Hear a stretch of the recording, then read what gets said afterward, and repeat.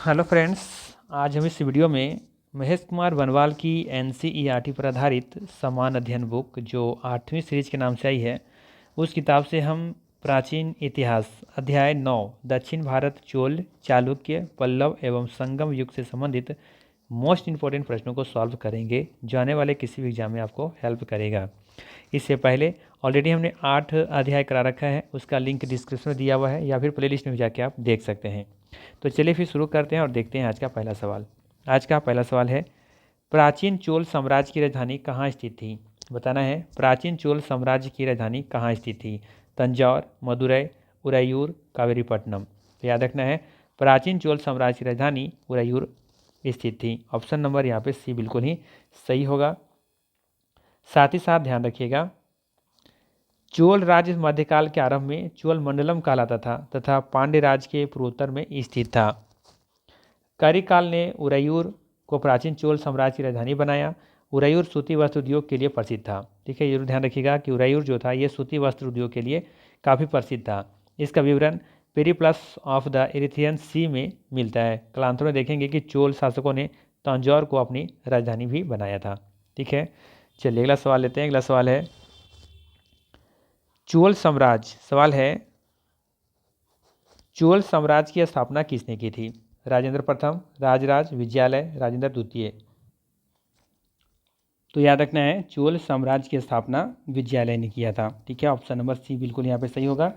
बाकी ध्यान रखिएगा, यहाँ पे सन 1850 में विजयालय ने कांची के पल्लवों को पराजित किया था और चोल साम्राज्य की स्थापना की थी। ठीक है, साथ ही साथ ध्यान रखिएगा यहाँ पे ये पॉइंट यहाँ से। ठीक है, इसने लगभग 21 वर्ष तक शासन किया तथा निशुम्भ सुधनी देवी का मंदिर बनवाया और उरैयूर के स्थान पर तंजौर, जिसे आज तंजावुर भी कहते हैं, को अपने राज्य की राजधानी बनाया था। ठीक है, चलिए अगला सवाल लेते हैं।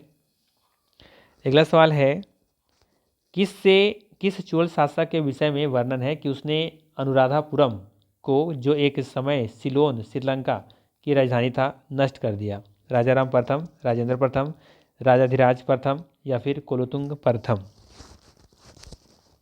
तो याद रखिएगा राजराज प्रथम के बारे में ऐसा देखने को मिलता है, इसी ने ही नष्ट किया था। ऑप्शन नंबर यहाँ पे ए बिल्कुल ही सही होगा। ठीक है, बाकी इसको देख लीजिएगा एक बार। चलिए अगला सवाल लेते हैं। अगला सवाल है कि चोलों की अधीन ग्राम प्रशासन के विवरण किन शिलालेखों से प्राप्त होते हैं? सवाल है चोलों के अधीन ग्राम प्रशासन के विवरण किन शिलालेखों से प्राप्त होते हैं? तंजावुर, उरैयूर, कांचीपुरम या फिर उत्तर मेरूर। तो याद रखना है उत्तर मेरूर से मिलता है। ऑप्शन नंबर डी यहाँ पे बिल्कुल ही सही होगा। ठीक है, बाकी यहाँ पे ध्यान रखिएगा कि चोलों के अधीन ग्राम प्रशासन में ग्राम सभा की कार्यकारिणी समितियों की कार्यप्रणाली का विस्तृत विवरण उत्तरी मेरूर के लेखों में मिलता है। ठीक है, साथ ही साथ ध्यान रखना है कि चोल प्रशासन अपने कुशल स्थानीय प्रशासन के लिए प्रसिद्ध था। यहाँ प्रत्येक ग्राम की अपनी एक सभा होती थी, जो प्रायः केंद्रीय नियंत्रणों से मुक्त हुए स्वतंत्र रहकर एक स्वायत्त शासी ग्रामीण शासन का संचालन करती थी। ठीक है, चलिए अगला सवाल है, किस चोल राजा ने मालदीव के द्वीपों पर विजय प्राप्त की थी? बताना है कि कौन सा ऐसा चोल राजा था जो मालदीव के द्वीपों पर विजय प्राप्त की थी। जो देखेंगे कि दक्षिण में स्थित है मालदीव। ठीक है, और मालदीव की राजधानी है माले। ठीक है, तो इसका ऑप्शन दे रखा है कारिकाल, राजराज प्रथम, महेंद्र, राजेंद्र प्रथम। तो याद रखना है इसका सही आंसर हो जाएगा ऑप्शन नंबर बी, राजराज प्रथम। ठीक है, राजराज प्रथम मालदीव के द्वीपों पर विजय प्राप्त की थी। ऑप्शन नंबर यहाँ पे बी बिल्कुल ही सही होगा। ठीक है,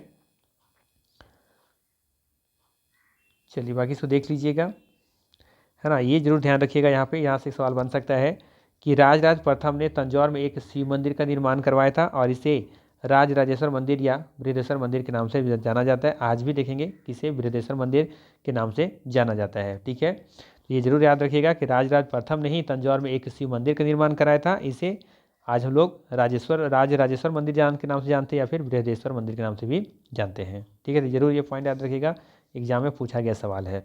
ठीक है, चलिए अगला सवाल लेते हैं। अगला सवाल है, वह चोल राजा कौन था जिसने श्रीलंका को पूर्ण स्वतंत्रता दी और सिंहाल के राजकुमार के साथ अपनी पुत्री का विवाह कर दिया था? सवाल है कि वह चोल राजा कौन था जिसने श्रीलंका को पूर्ण स्वतंत्रता दी और सिंहल के राजकुमार के साथ अपनी पुत्री का विवाह कर दिया था? कुलोत्तुंग प्रथम, राजेंद्र प्रथम, अधिराजेंद्र या फिर राजाधिराज प्रथम? तो याद रखना है कुलोत्तुंग प्रथम इसका सही आंसर होगा, ऑप्शन नंबर ए। ठीक है, बाकी ध्यान रखना यहाँ पे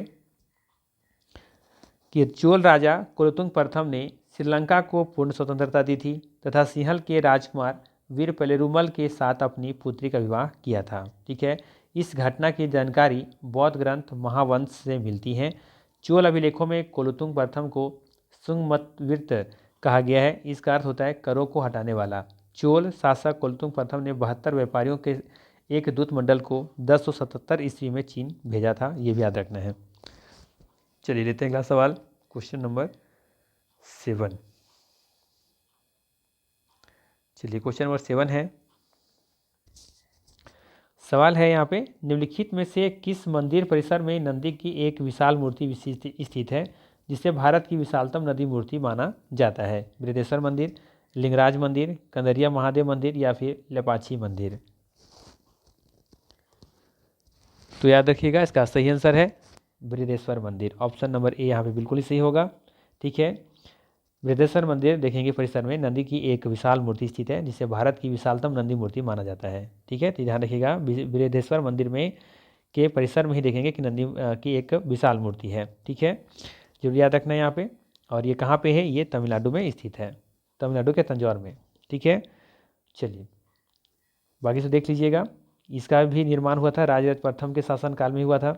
ठीक है, और मंदिर के बहिर्भाग में देखेंगे कि नंदी की एक एकात्म विशाल मूर्ति बनी है जिसे भारत की विशालतम नंदी मूर्ति माना जाता है। यह मंदिर द्रविड़ स्थापत्य शैली का सर्वोत्तम उदाहरण है। ठीक है, तो ये मंदिर देखा जाए तो ये द्रविड़ स्थापत्य शैली का सर्वोत्तम उदाहरण हो सकता है। ठीक है, यह विश्व में प्रथम तथा एकमात्र मंदिर है जो पूर्णतः ग्रेनाइट से निर्मित है। तो यहाँ से भी सवाल बन सकता है कि विश्व का एकमात्र या प्रथम कौन सा मंदिर जो सिर्फ ग्रेनाइट से बना हुआ है? ठीक है, ये भी सवाल आ सकता है यहाँ से। इस मंदिर को साथ ही साथ ध्यान रखना कि यूनेस्को के विश्व धरोहर में भी शामिल किया गया है। ठीक है, चलिए अगला सवाल लेते हैं। अगला सवाल है किस राजवंश के विषय में संगम साहित्य में उल्लेख नहीं है? बताना है कि किस राजवंश के विषय में संगम साहित्य में उल्लेख नहीं है। कदम, चेर, चोल, पांड्य?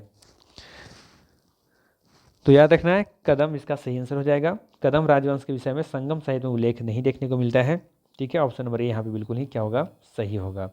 ठीक है, ध्यान रखिएगा कि प्राचीन संगम काल में संगम ग्रंथों की रचनाएं की गई हैं जिसे संगम साहित्य कहा गया है। इसमें चोल, चेर और पांड्य राजाओं के उद्भव विवरण है, इसमें कदम नहीं है। ठीक है, जबकि कदम राजवंश जो है ये संगम साहित्य का उल्लेख नहीं है इसमें। संगम साहित्य में प्रेम और राजाओं की प्रशंसा के बारे में बताया गया है। राजाओं की प्रशंसा से संबंधित रचनाओं को आगम तथा सामाजिक जीवन की रचनाओं को पूरम कहा गया है। ठीक है, जरूर ध्यान रखिएगा राजाओं की प्रशंसा से संबंधित रचना को आगम कहा गया है जबकि सामाजिक जीवन की रचनाओं को पूरम कहा गया है। ठीक है, इन्हें मुख्यतः 3 भागों में बांटा गया है। ठीक है, ये 3 यहाँ पे दिए हुए हैं, नाम कुछ ऐसा है जो पढ़ना मुश्किल है, देख लीजिएगा। चलिए अगला सवाल लेते हैं। सवाल है निम्नलिखित राजवंशों में से किसके शासक अपने शासनकाल में ही अपना उत्तराधिकारी घोषित कर देते थे? बताना है कि निम्नलिखित राजवंशों में कौन ऐसा शासक था जो अपने शासनकाल में ही अपने उत्तराधिकारी को घोषित कर देते थे कि मेरा उत्तराधिकारी कौन होगा, मेरे मरने के बाद कौन बनेगा, उत्तराधिकारी कौन होगा? चालुक्य, चोल, कदम या फिर कलचुरी? तो इसका सही आंसर हो जाएगा चोल। ठीक है, चोल में ऐसा होता था, चोल शासनकाल में। ठीक है, बी ऑप्शन बिल्कुल यहाँ पे सही होगा। देख लेते हैं थोड़ा सा डिटेल्स इसका। चोल काल के राजा प्रायः अपने शासनकाल में ही युवराज का चुनाव कर लेते थे जो उसके बाद उसका उत्तराधिकारी बनता था। सबसे संपन्न चोलों का राज्य था। चोलकालीन शासन व्यवस्था राजतंत्रात्मक थी। संपूर्ण चोल साम्राज्य 6 प्रांतों में विभक्त थी। कितना? 6 प्रांतों में। प्रांतों का नाम कौन कौन है? प्रांतों को मंडलम में, मंडलम को कोट्टम में और जिसे कमिश्नरी कहते थे, और कोट्टम को नाडु में जिसे जिला कहते थे, और प्रत्येक नाडु को कई कुरमों यानी कि ग्राम समूह में व्यक्त किया गया था। ये भी ध्यान जरूर रखिएगा। ठीक है, यहाँ सवाल बन सकता है। ठीक है, प्रांतों को मंडलम कहा जाता था। ठीक है, मंडलम को कोट्टम कहा जाता था जिसे कमिश्नरी कहते हैं। ठीक है, जैसे होता है उत्तरी का छोटा नागपुर कमिश्नरी सब जो बोलते हैं। ठीक है। तो ये कमिश्नरी हो गया आपका। कोट्टम को नाडु कह रहे हैं, जैसे जिला कहा जाता है। प्रत्येक नाडु को फिर कई कुरमों बांटा जाता था, जैसे ग्राम समूह के रूप में व्यक्त किया गया था इस तरीके से, ठीक है। चलिए अगला सवाल लेते हैं। क्वेश्चन नंबर 10 है, निम्न में से दक्षिण भारत का कौन सा राजवंश अपनी नौसैनिक शक्ति के लिए प्रसिद्ध था। बताना है कि दक्षिण भारत का कौन सा राजवंश अपनी नौसैनिक शक्ति के लिए प्रसिद्ध था, चोल, चेर, पल्लव या राष्ट्रकूट। तो याद रखना है, इसका सही आंसर हो जाएगा ऑप्शन नंबर ए, चोल, ठीक है। चलिए अगला सवाल लेते हैं। क्वेश्चन नंबर है 11, निम्नलिखित में से किस राजवंश द्वारा प्रायः महिलाओं को प्रशासन में उच्च पद प्रदान किए जाते थे। बताना है कि निम्नलिखित में से किस राजवंश द्वारा प्रायः महिलाओं को प्रशासन में उच्च पद प्रदान किए जाते थे, चोल, चालुक्य, पाल या सेन। तो याद रखना है, इसका सही आंसर हो जाएगा ये ऑप्शन चालुक्य हो जाएगा, बी ऑप्शन, ठीक है। बी ऑप्शन सही है, चालुक्य, ठीक है। चालुक्य राजवंश द्वारा प्रायः महिलाओं को प्रशासन में उच्च पद प्रदान किए जाते थे, ठीक है। चालुक्य इसका सही आंसर हो जाएगा। बाकी डिटेल्स देख सकते हैं यहाँ पे। चालुक्यों के शासनकाल में महिलाओं को सामाजिक एवं राजनीतिक स्थिति अच्छी थी, क्योंकि महिलाओं को प्रशासन में उच्च पद यहाँ पे प्रदान किए जाते थे। चालुक्य शासक विजयादित्य के भाई चंद्रादित्य की पत्नी विजय भट्टारिका द्वारा लिखवाए गए ताम्रपत्र से उसके कुशल शासन का विवरण प्राप्त होता है, ठीक है। अगला सवाल है, चालुक्य वंश का सबसे अच्छा या फिर सबसे महानतम शासक कौन था। बताना है, चालुक्य वंश का सबसे महानतम शासक कौन था। विक्रमादित्य था, मंगलेश था, पुलकेशिन द्वितीय था या फिर पुलकेशिन प्रथम था। तो याद रखना है, पुलकेशिन द्वितीय इसका सही आंसर हो जाएगा, ऑप्शन नंबर सी, ठीक है। ध्यान रखना है यहाँ पे, पुलकेशिन द्वितीय चालुक्य वंश का सबसे प्रसिद्ध शासक था। इसके विषय में ऐहोल अभिलेख में इसके समकालीन कवि रवि कृति द्वारा लिखी गई प्रशस्ति से जानकारी मिलती है। उसने श्री पृथ्वी वल्लभ सत्याश्रय किए तथा हर्षवर्धन के पराजित कर परमेश्वर की उपाधि धारण की थी, ठीक है। वहीं बात करें पुलकेशिन द्वितीय के पश्चात उसका पुत्र सत्याश्रय चालुक्य वंश का शासक बना था, ठीक है। तो ये ध्यान रखिएगा, पुलकेशिन द्वितीय जब मृत्यु होती है उसके बाद उसका पुत्र जो होता है सत्याश्रय, ठीक है, चालुक्य वंश का शासक बनता है, ठीक है। चलिए अगला सवाल लेते हैं। अगला सवाल है, महमूद गजनवी के सोमनाथ अभियान के समय चोल राज्य का शासक कौन था। बताना है, महमूद गजनवी के सोमनाथ अभियान के समय चोल राजाओं का शासक कौन था। उत्तम चोल, राजराज प्रथम, कोलोतुंग या फिर राजेंद्र प्रथम। तो याद रखिएगा, राजेंद्र प्रथम इसका सही आंसर हो जाएगा, ऑप्शन नंबर डी, ठीक है, राजेंद्र प्रथम। ध्यान रखिएगा, चोल शासक राजेंद्र प्रथम का शासनकाल 1012 से लेकर के 1044 ईस्वी तक रहा है। महमूद गजनवी ने 1025 से 1026 ईस्वी में सोमनाथ अभियान किया था तथा सोमनाथ मंदिर को ध्वस्त कर दिया था। इस प्रकार गजनवी द्वारा सोमनाथ पर आक्रमण के समय चोल राज्य पर राजेंद्र प्रथम का शासन था। आपको ये याद रखनी है, ठीक है। चलिए अगला सवाल लेते हैं। अगला सवाल है, किस चोल शासक ने पुहार नामक नगर की स्थापना की थी। बताना है, किस चोल शासक ने पुहार नगर की स्थापना की थी। राजेंद्र चोल, इलारा, सेन गुटवन या फिर कारिकल। तो याद रखना है, करिकाल इसका सही आंसर हो जाएगा, डी ऑप्शन, ठीक है। करिकाल शासक ने पुहार नगर की स्थापना की थी, ठीक है।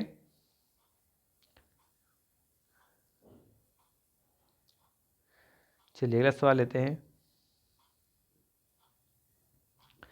अगला सवाल है, पश्चिमी भारत में चालुक्यों को किसके विस्थापित किया गया था। सवाल है कि पश्चिमी भारत में चालुक्यों को किसने विस्थापित किया था, ठीक है। ये ऐसा सवाल है कि पश्चिमी भारत में चालुक्यों को किसने विस्थापित किया था, यानी कि वहाँ से चालुक्यों को कौन हटाया था वहाँ से, ठीक है, पश्चिमी भारत से। तो चोल, काकतीय, पल्लव या फिर राष्ट्रकूट।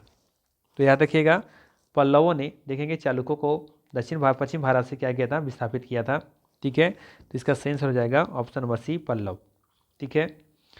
यहाँ पे देखेंगे कि पल्लव शासक नरसिंह वर्मन ने पुलकेशिन द्वितीय को परास्त कर चालुक्यों को पश्चिम भारत की ओर विस्थापित होने पर विवश कर दिया। नरसिंह वर्मन ने चालुक्यों की राजधानी वातापी पर अधिकार कर लिया। इस विजय के उपलक्ष्य में उसने वातापी कोंड की उपाधि धारण की थी, ठीक है। चलिए अगला सवाल लेते हैं। अगला सवाल है चालुक्यों की राजधानी कहाँ थी। बताना है चालुक्यों की राजधानी कहाँ थी। वातापी, श्रावस्ती, कांची, कन्नौज। तो याद रखना है वातापी इसका सही आंसर है। चालुक्यों की राजधानी कहाँ थी, वातापी थी। ऑप्शन नंबर ए यहाँ पे बिल्कुल ही सही हो जाएगा। ठीक है, ध्यान रखना है यहाँ पे छठी सातवीं शताब्दी में बीजापुर जो कि कर्नाटक में पड़ता है जिले में स्थित वातापी, आधुनिक नाम बदामी है जिसका, नामक प्राचीन नगर चालुक्यों की राजधानी थी। वातापी के चालुक्य राजवंश का वास्तविक संस्थापक पुलकेशिन प्रथम था। इसके उत्तराधिकारी कीर्तिवर्मन प्रथम ने पुरन पराक्रम सत्याश्रय आदि उपाधि धारण की थी। ठीक है, तो ये भी याद रखिएगा। चलिए अगला सवाल है किस चोल शासक ने बंगाल की खाड़ी को चोल झील का स्वरूप प्रदान किया था। बताना है कि किस चोल शासक ने बंगाल की खाड़ी को चोल झील का स्वरूप प्रदान किया था। राजराज प्रथम, राजेंद्र प्रथम, अधिराज या फिर कोलोतुंग। तो याद रखना है इसका सही आंसर हो जाएगा ऑप्शन नंबर बी। ठीक है, राजेंद्र प्रथम। ठीक है, राजेंद्र प्रथम ने बंगाल की खाड़ी को चोल झील का स्वरूप प्रदान किया था। ठीक है, याद रखिएगा, इंपॉर्टेंट सवाल हो सकता है एग्जाम की दृष्टि से। ठीक है, कि किस चोल शासक ने बंगाल की खाड़ी को चोल झील का स्वरूप प्रदान किया था। कौन किया था, राजेंद्र प्रथम किया था। ठीक है, चलिए क्वेश्चन नंबर 16 देखते हैं। क्वेश्चन नंबर 16 है सिलप्पा दिकारम। ठीक है, सिलप्पा दिकारम का लेखक कौन था। इलंगो, परनर, करिकाल या फिर विष्णु स्वामिन। तो सही आंसर है इसका इलांगो। ठीक है, ऑप्शन नंबर ए यहाँ पे बिल्कुल ही सही होगा, ध्यान रखिएगा। ये क्या है, तो ध्यान रखिएगा ये प्रेम कथा पर आधारित है। ठीक है, ध्यान रखिएगा ये किस पर आधारित है, प्रेम कथा पर आधारित ये है, ये ध्यान रखिएगा। महाकाव्य है ये और ये प्रेम कथा पर आधारित है। इसके लेखक कौन है, इलांगो आदिगल। ठीक है, चलिए अगला सवाल लेते हैं। अगला सवाल है यहाँ पे प्रसिद्ध दिलवाड़ा मंदिर कहाँ स्थित है। आसान सवाल है, बताना है कि प्रसिद्ध दिलवाड़ा मंदिर कहाँ स्थित है। राजस्थान में, उत्तर प्रदेश में, मध्य प्रदेश में या फिर महाराष्ट्र में। क्या हो जाएगा ऐसे इसका, राजस्थान में। कहाँ पे है ये, राजस्थान में स्थित है।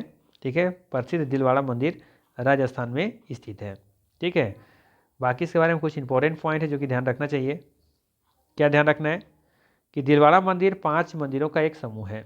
दिलवाड़ा मंदिर जो है ये 5 मंदिरों का एक क्या है, समूह है, जो कि माउंट आबू में स्थित है। ठीक है, जगह है सिरोही, राजस्थान। ठीक है, इन मंदिरों के लगभग 48 स्तंभों में नृत्यांगनों की आकृति बनी हुई है, यानी कि जो डांस करते जो होती है ना, उनकी यहाँ पे आकृति बनी हुई है। इन मंदिरों का निर्माण चालुक्य शासक भीमदेव प्रथम ने करवाया था। ये इंपॉर्टेंट सवाल है यहाँ पे। ठीक है, किस मंदिरों का निर्माण किसने करवाया था, तो चालुक्य शासक भीमदेव प्रथम ने करवाया था। ठीक है, चालुक्य वंश शासक होगा या तो फिर भीमदेव प्रथम। ठीक है, कि सामंत यहाँ पे विमल शाह ने करवाया था। ठीक है, तो ये ध्यान रखिएगा, चालुक्य शासक भीमदेव प्रथम के जो सामंत थे विमल शाह, उसने करवाए थे। ठीक है, इनमें सबसे प्रसिद्ध मंदिर विमल वसई मंदिर जैन धर्म के प्रथम तीर्थकार ऋषभ देव को समर्पित है। ये भी याद रखना साथ ही साथ कि इनमें सबसे प्रसिद्ध मंदिर, इसमें से जो 5 मंदिर है ना, उसमें से एक मंदिर है विमल वसई मंदिर। तो इसमें से जैन धर्म के जो प्रथम तीर्थकार थे ऋषभ देव, ठीक है, ये इन्हीं को समर्पित है। ठीक है, तो इनको बनाया कौन था, इस मंदिर का निर्माण किसने करवाया था, तो चालू शासक जो भीमदेव प्रथम थे उनके एक सामंत हुआ करते थे, उनका नाम था विमल शाह, उसने ही इसको निर्माण करवाया था। ठीक है, तो ये जरूर याद रखिएगा। चलिए अगला सवाल लेते हैं। अगला सवाल है यहाँ पे प्रसिद्ध उत्तर मेरू शिलालेख किसके शासनकाल से संबंधित है। बताना है कि प्रसिद्ध उत्तर मेरू शिलालेख किसके शासनकाल से संबंधित है। परांतक प्रथम, परांतक द्वितीय, राजराज प्रथम या राजेंद्र प्रथम। तो याद रखिएगा परांतक प्रथम से संबंधित है, ऑप्शन नंबर ए यहाँ पे बिल्कुल ही सही होगा। ठीक है, बाकी ध्यान रखिएगा यहाँ पे कि उत्तर मेरूर शिलालेख से चोल शासक परांतक प्रथम के विषय में विस्तृत जानकारी मिलती है। चोल शासक परांतक ने पांड्य शासक से मदुरै जीतकर मदुरै कोंड की उपाधि धारण की थी। परांतक प्रथम के उत्तर मेरू लेख से चोलों के स्थानीय शासन की इसमें जानकारी देखने को मिलती है। ठीक है, तो ये था मोस्ट इंपॉर्टेंट 20 MCQ। अगर वीडियो अच्छा लगा तो लाइक जरूर कीजिएगा, चैनल पर नए हैं तो सब्सक्राइब जरूर कर लीजिएगा। बाकी मिलते हैं इसी तरह के नेक्स्ट वीडियो में। Thanks for watching.